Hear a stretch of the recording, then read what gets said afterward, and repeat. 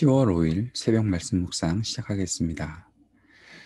오늘도 저희들에게 새날을 열어주신 주님, 우리의 모든 삶이 주님을 향하고 또 주님과 동행하며 주의 말씀을 온전히 순종하며 살아가는 삶이 될 수 있도록 인도하여 주옵소서. 예수님 이름으로 기도드립니다. 아멘. 오늘은 사사기 13장 말씀 보겠습니다. 13장 1절에서 25절까지 말씀입니다. 이스라엘 자손이 다시 주님께서 보시는 앞에서 악한 일을 저질렀다. 그래서 주님께서는 그들을 40년 동안 블레셋 사람의 손에 넘겨주셨다. 그때 소라 땅에 단 지파의 가족 가운데 마노아라는 사람이 있었는데 그 아내는 임신할 수 없어서 자식을 낳지 못하였다. 주님의 천사가 그 여인에게 나타나 말하였다. 보아라, 내가 지금까지는 임신할 수 없어서 아이를 낳지 못하였으나 이제는 임신하여 아들을 낳게 될 것이다. 그러므로 이제부터 조심하여 포도주나 독한 술을 마시지 말아라. 부정한 것은 어떤 것도 먹어서는 안 된다. 내가 임신하여 아들을 낳을 것인데 그 아이의 머리에 면도칼을 대어서는 안 된다. 그 아이는 모태에서부터 이미 하나님께 바쳐진 나실 사람이기 때문이다. 바로 그가 블레셋 사람의 손에서 이스라엘을 구하는 일을 시작할 것이다. 여인은 곧바로 남편에게 가서 말하였다. 하나님의 사람이 나에게 오셨는데 그분의 모습이 하나님의 천사의 모습과 같아서 너무나 두려웠습니다. 그래서 나는 그분이 어디서 오셨는지 감히 묻지도 못하였고 또 그분도 나에게 자기 이름을 일러주지 않았습니다. 그런데 그분이 내게 말하기를 내가 임신하여 아들을 낳을 것이니 이제부터 포도주와 독한 술을 마시지 말고 부정한 것은 어떤 것도 먹어서는 안 된다고 말했습니다. 그 아이는 모태에서부터 죽는 날까지 하나님께 바쳐진 나실 사람으로 살아야 하기 때문이라고 했습니다. 이 말을 듣고 마노아가 주님께 기도드렸다. 주님, 우리에게 보내셨던 하나님의 사람을 우리에게 다시 오게 하셔서 태어날 아이에게 어떻게 하여야 할지를 우리에게 가르치게 하여 주십시오. 주님께서 마노아의 기도를 들어주셔서 주님의 천사가 다시 여인에게 왔다. 그때 여인은 밭에 앉아 있었는데 남편 마노아는 아내와 함께 있지 않았다. 그래서 그 여인은 급히 달려가 남편에게 말하였다.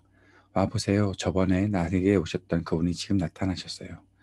마노아는 일어나 곧 아내를 따라가서 그 사람에게 이르렀다.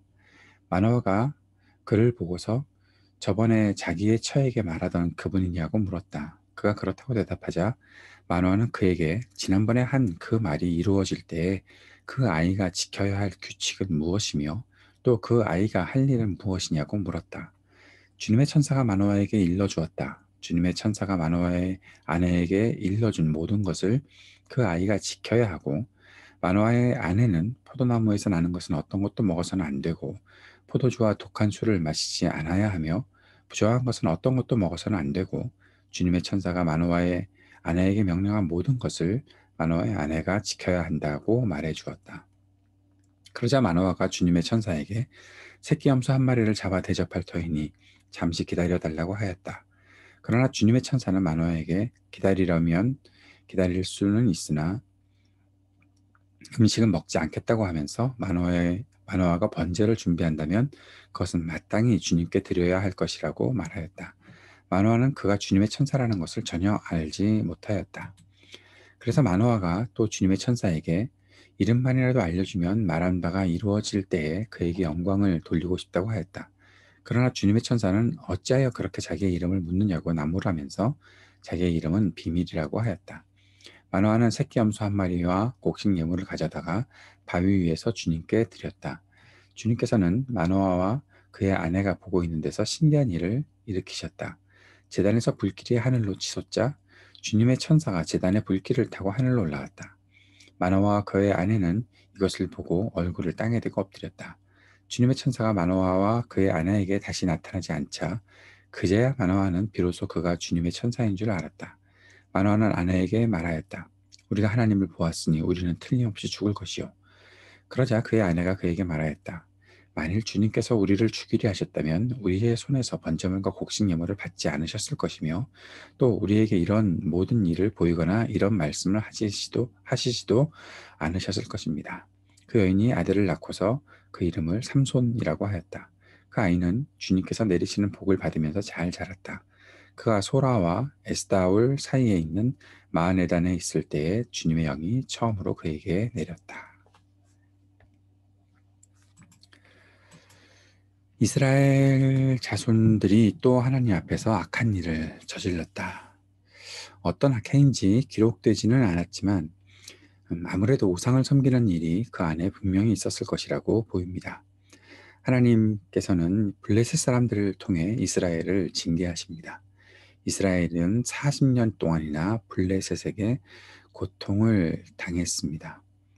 40년 동안이나 블레셋으로부터 고통을 당하는데도 그들은 하나님을 찾지 않았다는 것을 알 수가 있지요. 왜 이렇게 될까요? 왜 이런 시간들은 점점 늘어날까요? 죄악은 사람을 둔감하게 만든다라는 사실을 생각해 보게 됩니다. 죄는 가만히 있는 것이 아닙니다. 죄는 우리 속에 들어와서 죄가 확장되게 만들고 또 죄에 대해서 둔감하게 만드는 수많은 영향력들을 우리에게 발휘하게 됩니다.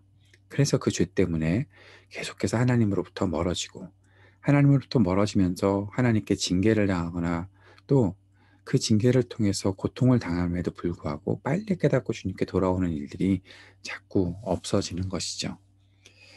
하나님은 이제 고통을 당하면서도 하나님께 부르짖지도 않는 또 돌아오지도 않는 백성들을 구원하시는 것을 계획하십니다. 하나님께서 계획하셨다라는 것이죠. 그들이 부르짖는 것도 아니었는데 하나님께서 그들을 구하실 것들을 계획하셨다. 그 하나님의 구원은 하나님께서 계획하신 것이다라는 사실을 알게 되죠. 사람이 잘해서 구원이 이루어지는 것이 아니라 하나님의 마음속에 이미 사람을 구원하시기로 한 그런 일들이 있었고 그 일들이 실행되는 것들을 오늘 문 말씀을 통해서 보게 됩니다.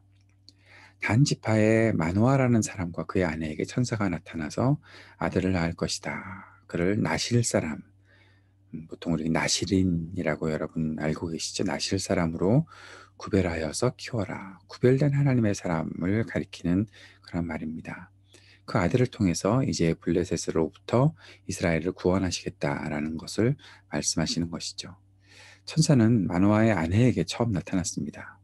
마노아는 아내에게 천사가 한 말을 전해 들었습니다.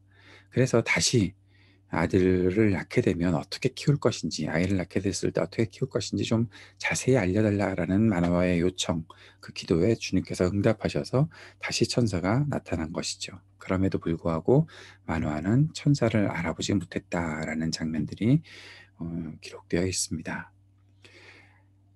천사를 알지 못하고 또 인지하지 못했을 때 마노아는 천사에게 뭔가 대접하겠다라고 얘기하죠. 음식은 먹지 않겠다라고 천사가 대답하고 하나님께 만약에 번제를 드린다면 하나님께 드려야 한다라고 그렇게 얘기합니다. 그때 주님의 천사에게 이름이라도 알려주면 라고 얘기했을 때 천사는 비밀이라고 말합니다. 여기 비밀이라는 것은 마노아가 알기에는 놀랍고 특별한 것이 있다라는 것을 말해주고 있는 것이죠. 마노아의 아내는 임신할 수 없었던 여인이지만 굉장히 침착하고 현명함을 보게 되는 장면들이 나타나 있습니다. 거기에 비해서 마노아는 좀 들떠 있는 모습이 있지 않나 생각해 보게 되는 거죠.